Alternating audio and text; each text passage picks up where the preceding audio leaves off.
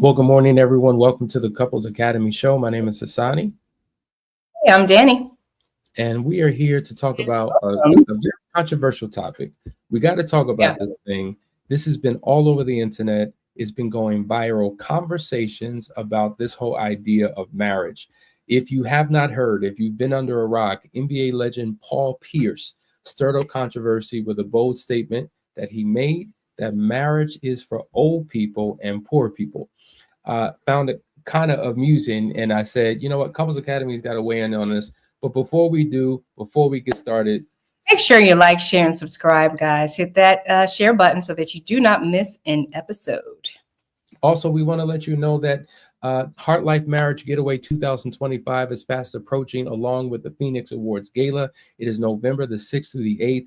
Go to the link in the description and sign up today. It's going to be an amazing experience. And as you know, every single month, the second weekend of the month, we have our last chance weekend. So June 13th through the 14th in Atlanta.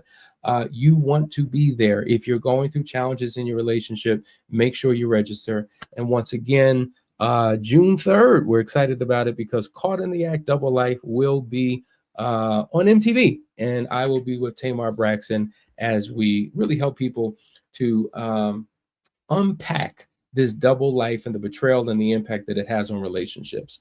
But we're going to dive right into today's conversation. Danielle, you had a chance to see it. We're about to share this with the audience. There's so much to break down in this clip. Maybe I should just go straight to it and we play this thing. So it's about 3 minutes. He says a few things in here, and I want us to be able to speak to those things. And for those of you who are watching, listen, please weigh in. We want your comments. We want to know what you think because this is something worthy to discuss. So let's take a look. You know what I'm saying? Like, because I feel like every relationship shouldn't be based off of sex, but every relationship is based off of that. I don't think so. 100%. You can't tell me nothing different. This is what I feel, and that's why I'll never be in another relationship because it's always based off of that. So you're not going to be in another relationship? Hell no. For what? Because it's going to be based off the sex. Once that wear down, you're going to go find somebody else that's better. Yeah. It ain't going to be based off of. This is the thing, and listen carefully.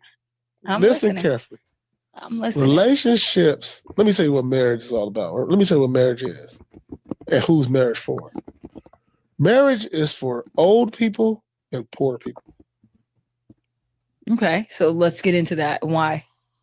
Because when you broke, our parents, like my moms and all them, they married on a merit of like, okay, we're going to put our incomes together, have all these kids, and then when our kids, we're going to have 5, 10 kids back in the 60s, all them, they're going to have 5, 10 kids so they can work and bring income. Yeah. So you poor. So you married for that. And now when you get old, somebody that to be by your side to take care of you. Right now, my mom got married. My mom never been married in my lifetime. She got married when she was 70. Wow. It was perfect. She had somebody by her side the whole way through. So do you... I really believe that. Like, that's what, like, outside of that, it's no advantage to a man. Why is marriage advantage? What advantage, what does it do for a man when things go south? Like, we gonna have to give up half our this, pay child support, but what do it's only advantageous to a woman. Like, it's real talk. But what if you meet a woman and you're like, wow, she's a gem, she's valuable, she's everything, and I want to lock her down in marriage? I don't want to lock no woman down. We could be cool. So you're telling me right now today, you on January 4th, you do not want to be in a relationship ever again? I don't think it's realistic long term until I turn 70. I am done. I've never been more done with a brother. I'm 47 right now. Until I turn 70, that's the only realistic part I see is because we both old. We ain't out in the streets. We at home watching TV. You go take me to the hospital. I'm going to take you to the hospital. That's it. But right now, I'm too cracking right now. So what I need to is do it because you feel like you what I need to do all that for? That is hilarious. Listen, I'm only married to you to make sure that you could take me to the hospital when something goes wrong. But other than that, we can watch TV. But it is. He's too cracking right now. He's too cracking right now. So, you know, I mean, honestly, I'm listening to him and I have a lot of empathy for him because, you know, he's speaking from his truth and his perspective. That's what life has shown him. Do you know what I'm saying? You said he's an ex NFL player or NBA player? NBA player, yeah. NBA player. And, so of course, that lifestyle, right? So you have as many women as you want. And a lot of the women in that circle, they're looking for a come up. He's not wrong. They're looking to catch, an NBA player and be that chick. And so, he's speaking from his perspective. And so that's his truth. And then also the fact that his mother got married at 70, that's also what he's seen and what's been modeled for him. So it's almost like, there's a million reasons why he's absolutely wrong. But I'm sure if he were to, share the stories of his life, he probably has a million reasons why this is true for him. I think, when I initially saw this, I'm like, he's right. He's wrong, but he's right in certain ways, but in a convoluted type of way. And I think that there could be, it's almost like there are truths that someone can speak, but it's not the truth, in its absoluteness, right? So first of all, he has sworn himself to never be in a relationship again, right? And this whole idea that, hey, relationships are based upon sex. And when the sex is no longer good, you move on and find somebody else. That is a very destructive way of thinking. That is something that will keep you from being in a relationship, because now the only purpose that you serve, the only lens that I look through is a sexual lens, right? So now I've got to dehumanize you and objectify you and only look at you for what you can physically and sexually provide. That is your worth. When you no longer please me in that space, I push you to the side and move on to another person. That creates a whole lot of hurt, harm, bitterness, resentment, because when it's just about sex, it actually creates distrust. Walls go up. It becomes very transactional, and it doesn't really serve. And we see that many people who come to us as clients, unfortunately, there's been betrayals in the marriage. They've taken a similar approach to dealing with people. It's all about sex and transactions, but it does more harm than good. As they say, love lasts for hours, sex lasts for minutes, orgasms last for seconds. So if your whole entire drive is about a few seconds of pleasure, then there's nothing that's sustainable that can come from that type of mindset or behavior, But I think I want to go deeper, because he's unpacked so many different things. He said that marriage is for old people. And to your point, Danielle, his mom got married at 70 years old. There's nothing normal about that. When you look at the statistics, you find that it's far from the truth. Like in America, the average age that a person gets married is 32 years old. So it's approximately like 30.5 years, 30 and a half years for men, 28 years for women. But even if you look at it from a global perspective, like the oldest age on average people get married is 38. In Spain, it's 38, Chile, 37, South Korea, 37, Argentina, 36. But on the lowest side, Liberia, 21, Chad, 19. So there's no context for it's only for old people. Actually, it's for all ages. But most people typically. What's the youngest place that you named? Chad. It's a country in Africa. And they get married, what you said, 19? 19 years old. Okay, that doesn't even seem crazy, because we used to get married very, very young. Yeah. In this country. Right. Yeah. So I think about my grandparents. Like I think my grandfather was like 15. My grandmother was 14. I just spoke. I'm here in Jersey with them. Yes. They're not that old to be getting married that young. But back in the day, I'm like 14 years old. Like I could never think about Sydney. Oh my God, please. You know what I'm saying? But I spoke to my mother because I'm here in Jersey with her for the holidays. She got married at 19. She said she got married at Madison's age. 19. Wow.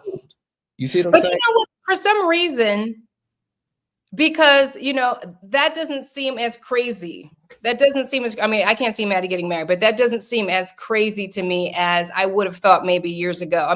If somebody is mature enough, but 19 is young. The point is, people are getting married young. They're starting their lives out and building something at a young age, not, going into the grave typically. I mean, you see people getting married and they have, an opportunity to, have a partner before they pass away. But a lot of times they did that already.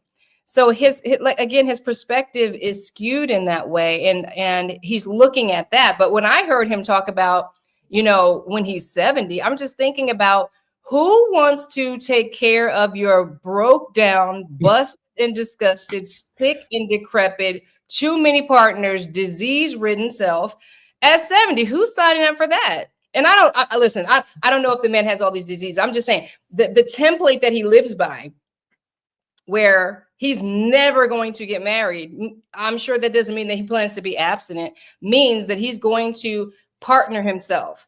And, it's almost like prostitution, because if you have this ability to continuously partner yourself with somebody who you are unwilling to give your heart to, you're unwilling to give, to share your life with them. Number one, you're prostituting yourself, but you're actually spending your time with prostitute-minded people, unless you're leading them astray.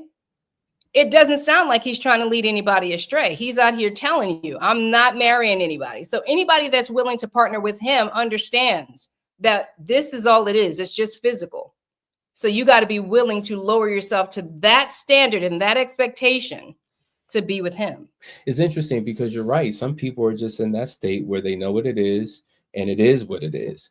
But we don't realize that there's residue that you carry from this type of relationship or these types of relationships, because once you get into a committed relationship, once you're ready for that, whenever that is, you have a perception that's skewed about members of the opposite sex. They all like this. They only want that. All they care about is that, because of the type of interactions, the flesh connections or flesh cash connections that you came from. So it's almost like you got to go through a process of unlearning and relearning about what a healthy relationship even looks like. Let me jump into these comments because I think they're good. I'm looking at Brandon Snake. If you want to put that up, he's saying, my wife and I aren't poor or rich, and we're not old, right? Early 40s. It's for communication and trust. And trustworthy couples. Real talk. I mean, that part, like that intimacy and that connection, that, the history of any relationship. I can talk to Hassani about things that nobody else knows, right? And we will crack up over things that nobody else understands because we have intimacy and connection and we've been together for so long. And so, I mean, it's unfortunate, but it's almost like he is shortchanging himself. Natural Beauty says he's a clown. He wants a caretaker, not a wife. Amen to that. I was thinking about that, Danielle, because, like this whole idea of getting married at 70, like any woman or man for that matter, who gets married at that age, they're signing up for responsibility. Doctor's appointments, vitamin regimen, and medicine. Come on. See, now, Danielle, we got married in our early 20s. So by the time we hit 70, it's just like, of course, of course I'm going to take you. Of course I want to serve you. Of course I want to. But when we don't have years of experience, we don't have nothing, and I'm signing up for that. Like, it's literally, crazy. You see what I'm saying? Yes. Brandon says Paul Pierce is a weird dude, needs to check his priorities.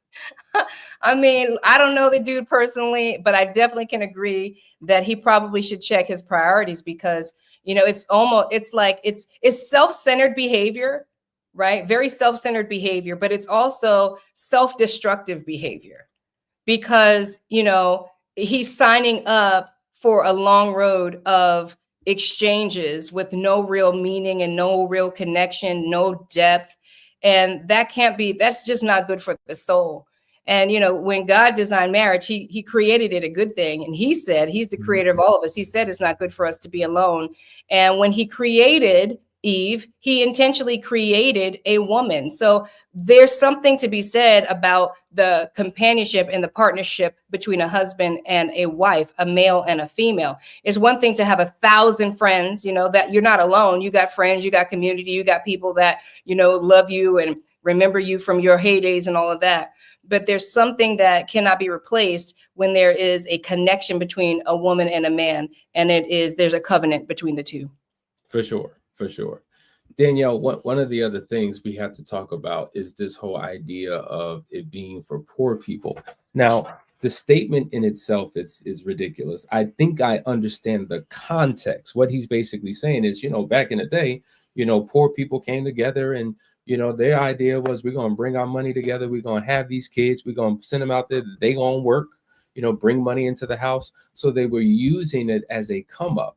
And so the first thing I did was I said, okay, let me do some fact checking, right? Because fact checking is important. And I'm like, okay, so I'm going to get married to have children as a financial come up. So I said, well, how much does it cost to raise a child from birth to 18? It's literally $233,000. Now, I don't care how many kids you have. There's no child between those ages living in your home who's going to go out and generate that amount of income and bring it back into the household. So the idea of we're having kids to make money is insane. It's going to cost you money. I don't know how our parents and grandparents did it. Like they had 8 and 9 kids. That's true. Yeah. They were stretched. Listen, he's not wrong in how that's true. People used to do that. I think about even my own family, and there were 7 of them. And they lived on a farm, and and granddaddy was a sharecropper, and they were eating boiled noodles. I mean, I've heard all the stories. The point is they were, I don't know how much of a come up it was, but I mean, and they weren't slaving in the fields, but we know that those things did happen. And we also know that there is some truth that there used to be value, or we used to value family. That was legacy, and there was wealth in the size of your family, right? Well, things have changed, okay, as you just explained, right? It is very expensive to have a whole bunch of children. But I get the point that he's making. It's an antiquated point, but a point nonetheless. Plus, in his world, obviously, it is a come up for people, right? You got people who are thirsty, right? They call these people thirst traps, and they're trying to get you for your money and all that. We know that those situations do exist, but that's not the purpose. And I think that unfortunately, because of his environment, right? His environment creates his reality. And so this is real for him. But the women and the pool of women that he's around aren't necessarily wife material all the time, right? That's a big deal. Just because you're a woman and you're sexy and you're fine doesn't make you a wife or wife material. So I think he's neglecting and negating the difference between being with a woman and having sex, and that's what it's all about, and being with a wife whose design is to improve your life, who is made to level you up. And leveling up isn't just about money. There's a lot of people who have a lot of money who are a complete and total disaster. Their life is a disaster. Their soul is in shambles. Their home is a wreck. Their relationship are distorted and jacked up. A wife, a proper wife, a suitable helper comes into that man's world and makes it better. It completes. It helps him fulfill his purpose, all of the things. And so he's not aware of that because that's not the environment that he's in. And that's not the perspective that he sees from. That's a fact. That's a fact. I mean, to your point, like there's so many, when he talks about there's no advantages for a man to be married, when we'll get there in a second, because that's also convoluted, meaning twisted. I think I understand where he's going when he says it, but when you just dissect the actual text, if we were to take his transcript and read it to validate, to confirm, to correct, a lot of statements he's making are very loose and very wrong. There's an incalculable number of benefits to men and women when it comes to marriage. I mean, we know statistically for both people, generally speaking, it improves your physical health. It does result in financial stability. There's emotional support. There's social recognition and status. There's sexual satisfaction. Then you have, growing a family together, like this, the nucleus of the family. So there are benefits to that. I think what he was saying, and we can have this conversation, and there is some truth to what he's saying. Divorce doesn't typically benefit men. It benefits women. So because the state is more in favor of women's rights and how they benefit from the divorce. But to say that there's no benefit to the marriage for men is completely insane. Well, let me just drop a little tag on that too, because that's also shifting. And, you know, listen, men are getting hip to the game and are literally running game. And so it's not always that the woman is making out like a fat cat with every divorce. You know, men understand what they need to do and they're doing it so that they're in the position to be getting cut a check. And I'm seeing that more and more. And I'm not saying, listen, this is very, this is very biased.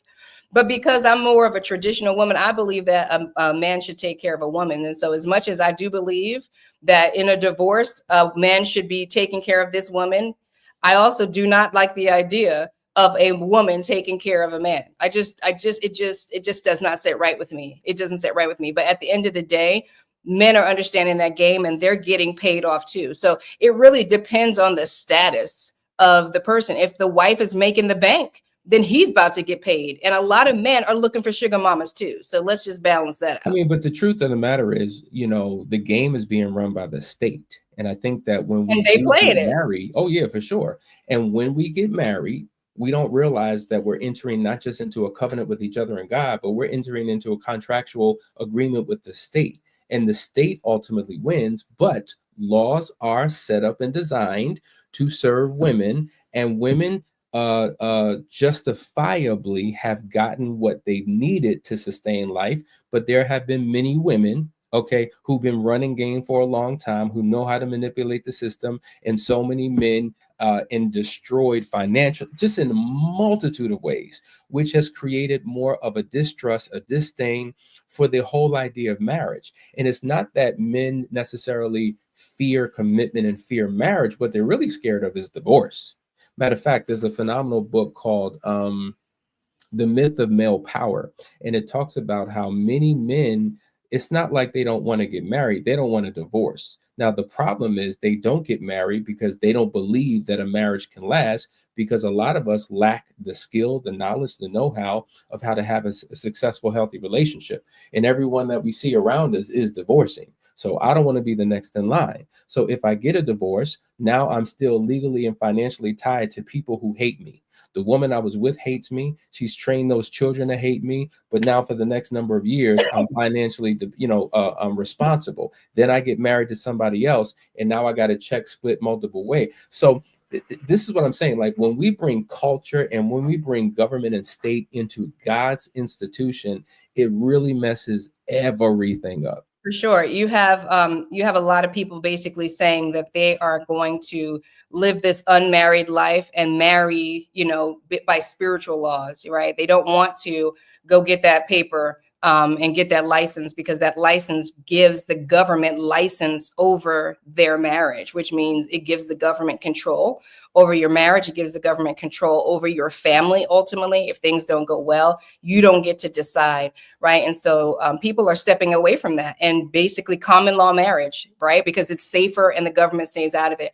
But let's go to the comments here, because first of all, let's just acknowledge Wes and Nisha Stringfellow, who are with us, and they are the founders of Heart Life Ministry, y'all. And we talked about the Phoenix Awards Gala is being hosted this year at the Marriage Getaway. We want y'all to go ahead and register for that. It's going to be incredible. And also, don't forget to, when you go to the website, which is thephoenixawards.org, I want you to make sure you nominate a couple, nominate a powerful couple that has overcome something amazing, and let us read about their story. You don't know if you might put somebody on that stage this year, which would be really amazing. Okay, but let's go to these comments here. So Sean Edie was basically saying that people did marry younger in the past, which we talked about a little bit earlier. And then Natural says Joe Jackson did it. I don't know what you were referencing when you said that, but I think he was talking about the fact that they had all these kids and work those kids to make money for the household. Sure did.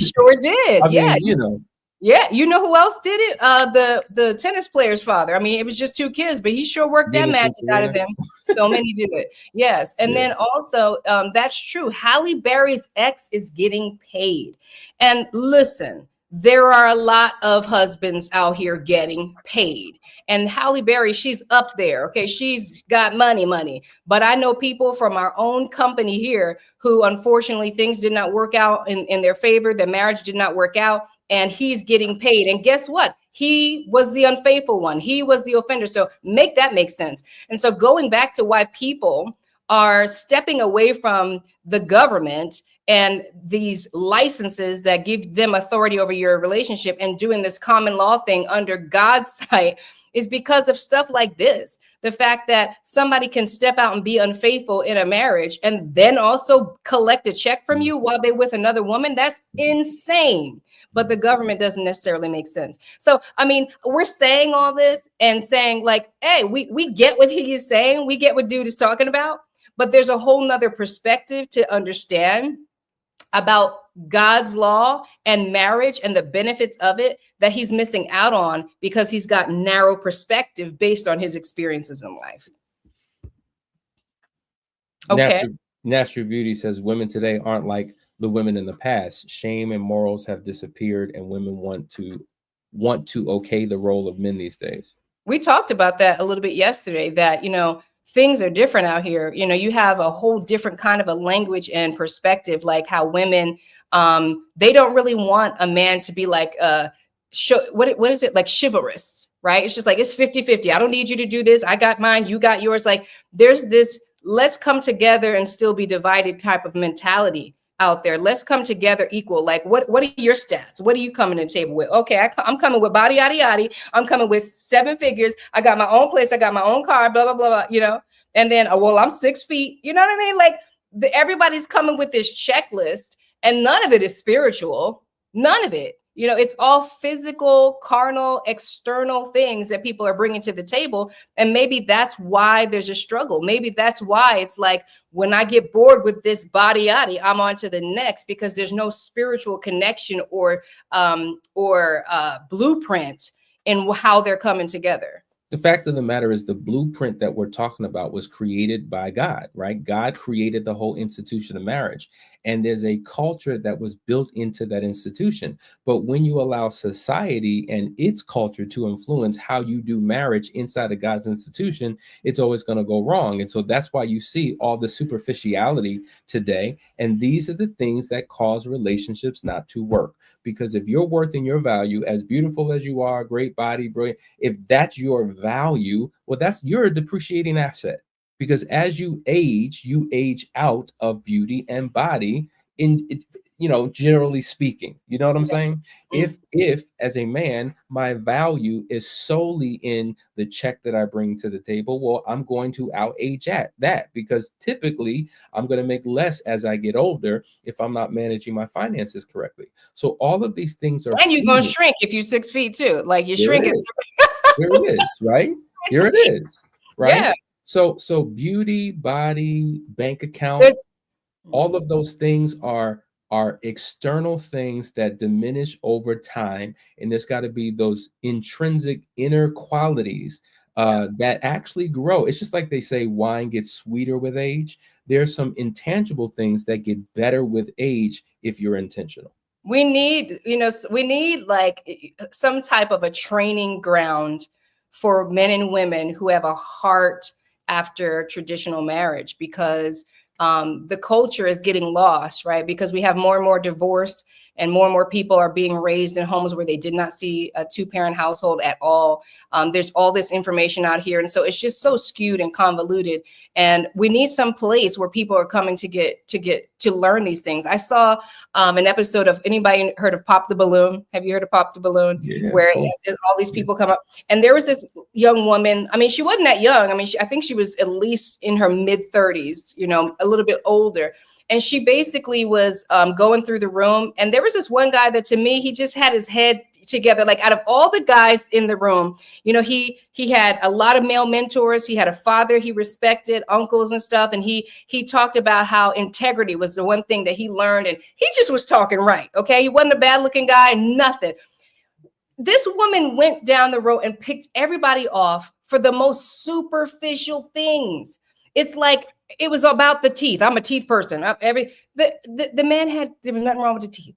I don't know what she needed. Did she need veneers? But I'm just saying, like, did you hear what he said though? You know, like, what are you expecting? Like, we're going to go down the line and we're going to pick a mate based on teeth. I mean, teeth matter now. Let's be clear. Clean your teeth and make it right. But I'm just making the point. Let's not negate all the qualities that make a person worthy of your time. Everything is so superficial.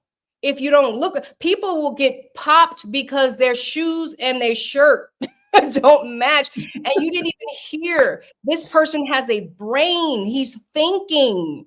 He loves God. He has integrity. What are you doing? And then, you know, they end up at Couples Academy complaining about, you know, the man that they chose. You know, it's just. Daniel, I love what Cool the Lover says. He says, all people seem to care about is the optics. And that's true.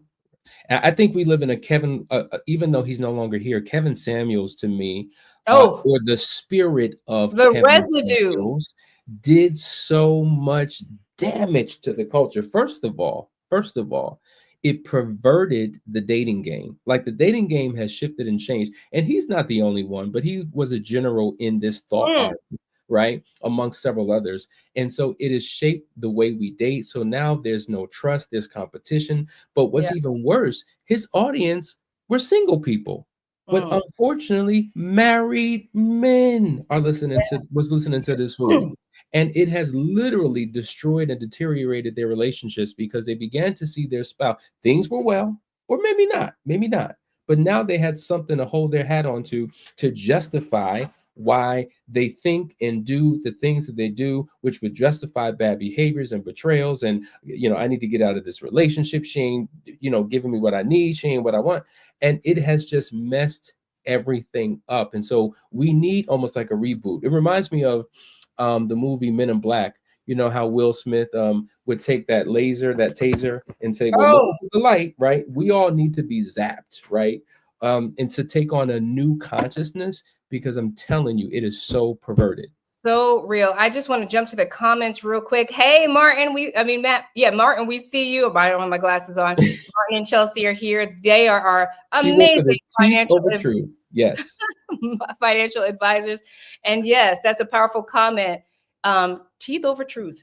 And we do this, we overlook. And if we could just get that flashlight and do a reset, but really, if we could get more people interested in it, I think what happens is that people go down the wrong road on purpose, and, you know, or not necessarily on purpose, out of ignorance, all right, doing whatever you want to do. And then after the fact, you want to kind of recant what you did. You want to fix it after the fact. If only we could get people to look at this before they partner up with the wrong person, before they get themselves entangled in situations that they struggle to get out of, we would be so much further ahead. We would bring those statistics up when it comes to these divorce rates. Divorce rates are through the roof. If you were growing up in this generation, you would probably question the validity of marriage as well, with all the content that's coming out and all the evidence.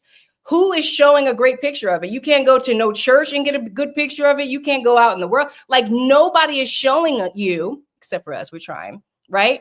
What marriage can be. And so maybe we need to make that class, Hassani. We absolutely do. Class. Before you go to the next one, I cut you off by mistake, but Martin and Chelsea, you were mentioning them. They are phenomenal. Listen, what they do is amazing for couples. We're talking about the finances and how marriage is for old people, for poor people, which is insane. Martin and Chelsea and Matthews do a phenomenal job of bringing financial literacy and insight and strategy into people's lives when it comes to not just money management, but wealth creation, wealth preservation, wealth accumulation, just all the things.